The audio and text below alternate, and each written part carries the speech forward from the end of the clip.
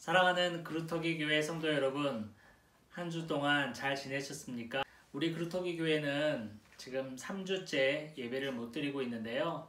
이렇게 화상을 통해서 같이 말씀을 나눌 수 있음에 감사하지만 하루빨리 같이 모여서 예배 드리는 그날이 오기를 간절히 바라고 있습니다. 지난주에 다 신방 전화 드렸는데 건강하게 잘 지내고 계신다는 이야기를 듣고 너무나 감사하고 다행으로 여기고 있었습니다. 여러분, 방역 당국의 지시에 적극 협조하시고요. 개인 위생 관리, 또 그 손 씻기 등 또 건강 관리에 철저히 임해 주시기 바라겠습니다. 오늘 말씀 살펴보겠습니다. 오늘 말씀은요, 창세기 8번째 시간으로 제목은 첫 예배와 첫 살인입니다. 말씀은 창세기 4장 1절부터 8절까지가 되겠습니다. 창세기 4장 1절부터 8절까지인데요. 교독하기가 어려우니까 제가 읽겠습니다. 아담이 그의 아내 하와와 동침하매 하와가 임신하여 가인을 낳고 이르되 내가 여호와로 말미암아 등남하였다 하니라. 그가 또 가인의 아우 아벨을 낳았는데 아벨은 양치는 자였고 가인은 농사하는 자였더라. 세월이 지난 후에 가인은 땅의 소산으로 제물을 삼아 여호와께 드렸고 아벨은 자기도 양의 첫 새끼와 그 기름으로 드렸더니 여호와께서 아벨과 그의 제물은 받으셨으나 가인과 그의 제물은 받지 아니하신지라. 가인이 몹시 분하여 안색이 변하니 여호와께서 가인에게 이르시되 네가 분하여 함은 어찌 됨이며 안색이 변함은 어찌 됨이냐. 네가 선을 행하면 어찌 낯을 들지 못하겠느냐. 선을 행하지 아니하면 죄가 문 앞에 엎드려 있느니라. 죄가 너를 원하나 너는 죄를 다스릴지니라. 가인이 그의 아우 아벨에게 말하고 그들이 들에 있을 때에 가인이 그의 아우 아벨을 쳐 죽이니라. 아멘. 우리는 지난주에 아담과 하와가 범죄한 후에 남자와 여자에게 내려진 또 뱀에게 내려진 형벌을 살펴보았습니다. 그리고 우리가 살펴본 대로 아담과 하와는 에덴 동산에서 추방을 당했습니다. 오늘은 추방당한 아담과 하와의 이야기가 전개됩니다. 그들이 에덴 동산을 떠나서 어떻게 살고 있었을까요? 우리가 하나씩 살펴보도록 하겠습니다. 아담과 하와는 비록 범죄 후에 에덴 동산을 떠나야 했지만 하나님께서는 이들에게 약속하신 생육하고 번성하라는 축복을 저버리지는 않으셨습니다. 오늘 본문에 보니까 어떤 일이 일어나죠? 아이가 태어나게 됩니다. 아마도 시간이 많이 지났을 겁니다. 이 둘에게는 정말 하나님의 약속대로 아이가 태어나게 됐습니다. 첫 아들을 낳았는데 그 아들의 이름이 가인입니다. 가인이라는 말은 고대 근동어로 살펴볼 때 만들다, 얻다, 갖다의 뜻을 갖고 있다고 합니다. 가인이라는 뜻은 오늘 성경에도 언급되어 있는데 여호와로 말미암아 아들을 얻었다라는 뜻입니다. 그쪽 지방의 원어로 살펴봐도 통하는 내용이라 볼 수 있습니다. 이후에 또 기쁜 소식이 들립니다. 둘째 아들이 태어나게 됩니다. 둘째 아들의 이름은 아벨입니다. 아벨의 뜻은 허무하다, 또 아무것도 아니다 라는 뜻을 갖고 있습니다. 이 두 아들은 아담과 하와에게 있어서는 정말 축복이었습니다. 비록 에덴 동산에서 추방당했지만 하나님이 창조하셨을 때 주셨던 생육하고 번성하라는 축복이 이들에게 현실로 다가온 것입니다. 예전처럼 완전한 에덴에서의 그 풍성한 삶, 평온한 삶은 잃었고 얼굴에 땀을 흘리며 흙을 갈아야만 먹을 것을 얻을 수 있는 팍팍한 삶이 되었지만 그들의 삶에 있어서 큰 원동력이 된 것은 바로 이 두 아들들이었습니다. 이 두 아들들을 바라볼 때마다 하나님이 우리에게 축복을 저버리지 않으셨다. 하나님의 은혜와 사랑이 지금도 우리와 함께 한다는 것을 상기하게 되니까 정말 그 아들을 바라보는 것으로 말미암아 하나님께 감사와 영광과 찬양이 절로 나왔을 것입니다. 오늘 두 아들을 본문에서는 설명하고 있는데요. 특별히 직업을 설명하고 있습니다. 두 아들은 서로 직업이 달랐습니다. 가인은 농사하는 자였고 아벨은 양을 치는 자였습니다. 고대 근동에는 농경지가 흔하지 않습니다. 물이 귀하기 때문입니다. 그래서 그쪽 지방 사람들은 주로 양과 소를 목축하면서 거기서 나온 고기와 우유와 가죽을 팔아서 생계를 유지해 가고 있습니다. 그래서 목축업은 그쪽 지방에서는 매우 흔한 직업입니다. 반면 농사를 짓는다는 것은 매우 귀한 업종이라고 합니다. 왜냐하면 농사를 지을 수 있는 땅이 거의 없기 때문에 그렇습니다. 그래서 실제로 고대 근동의 문화를 보면 목축업보다는 농사를 짓는 것이 더 귀한 일이고 사회적으로도 인정받고 소득이 많은 업종입니다. 자, 세월이 얼마나 지났을까요? 오늘 본문을 보니까 3절에 세월이 지난 후에 라는 말이 나옵니다. 글쎄 얼마나 지난지는 모르겠습니다. 근데 여기 제가 영어 성경 한 번역본을 보니까 세월이 지난 후에가 어떤 시기의 끝에 라는 말로 표현될 수 있습니다. 그러니까 어떤 계절의 끝에, 어떤 시기의 끝에 라는 것으로 우리가 이해할 수 있겠죠?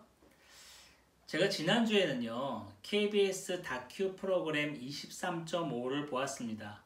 보신 분도 계시겠는데요. 지구의 자전축의 기울기가 바로 23.5도로 기울어져 있잖아요. 그래서 이 기울기 때문에 지구는 계절의 변화가 뚜렷이 나타나고 열대지방, 극지방의 온도 차이가 극명하게 나타납니다.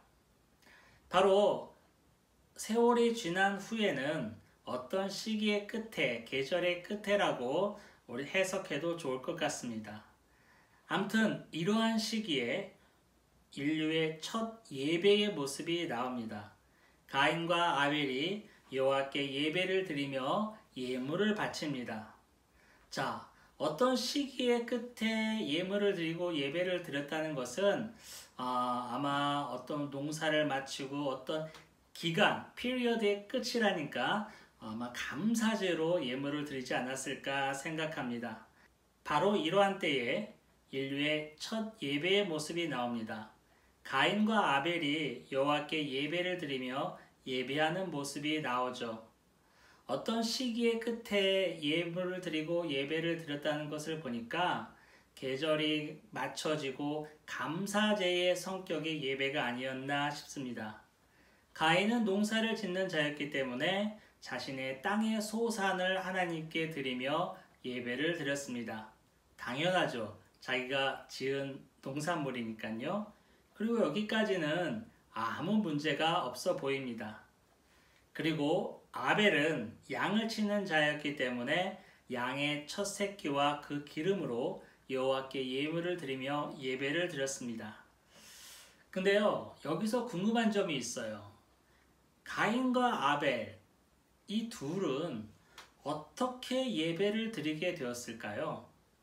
누구한테 예배를 배웠을까요? 거기에 대한 궁금증이 생깁니다. 그러나 너무나 아쉽게도 성경은 거기에 대한 명확한 답을 하고 있지 않습니다. 그러나 우리가 충분히 미루어 짐작할 수 있습니다.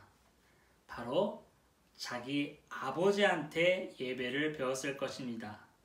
아담은 에덴에서 쫓겨났지만 그곳의 풍성한 삶을 또렷이 기억하고 있습니다. 동산에서 여호와 하나님과 함께 거닐었던 그 아름다운 날들도 추억하고 있습니다.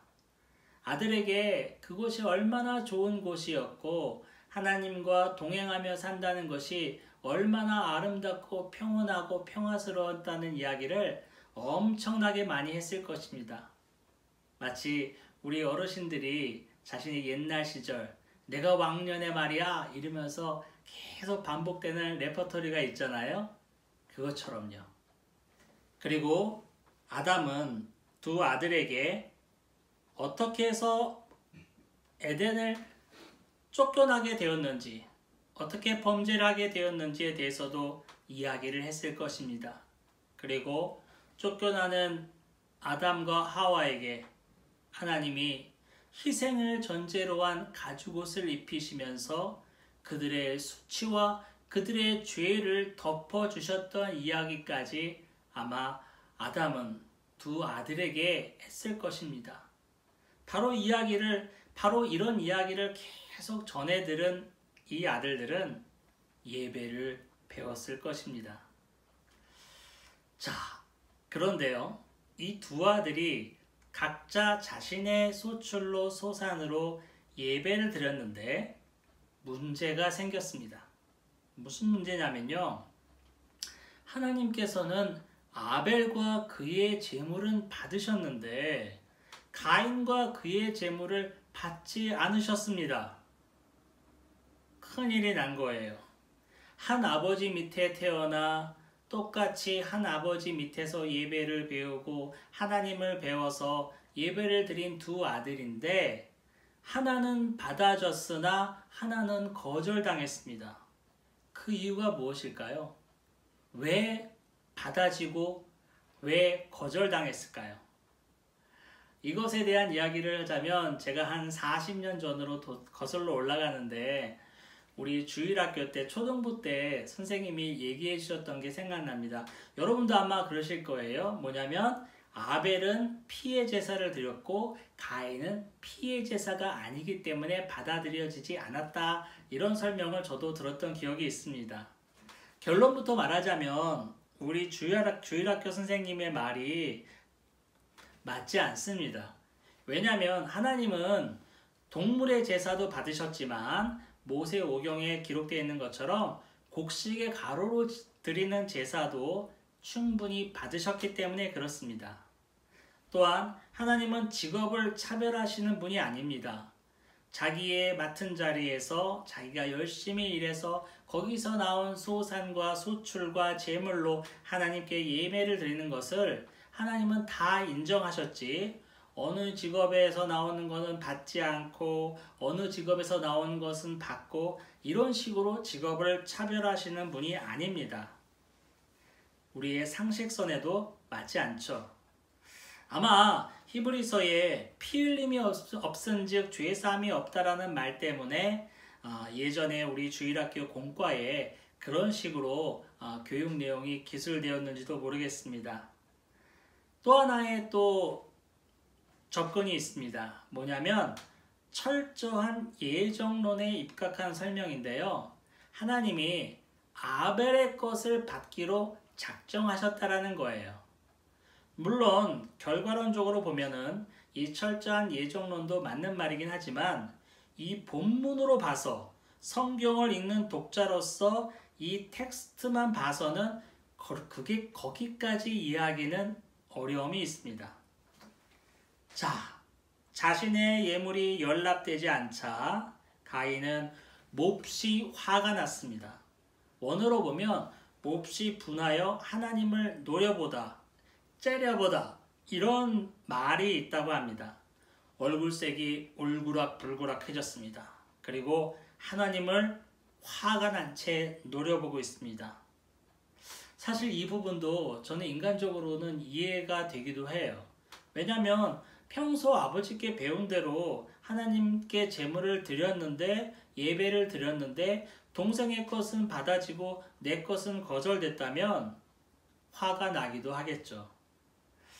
자, 우리는 다시 본론으로 돌아와서 그럼 이 둘의 제사의 차이가 무엇이길래 하나는 받아지고 하나는 거절되었을까요? 거기에 대해서 살펴보도록 하겠습니다.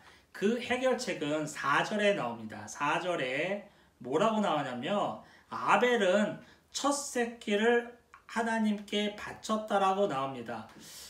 이게 첫 새끼 양을 바쳤다는 거죠.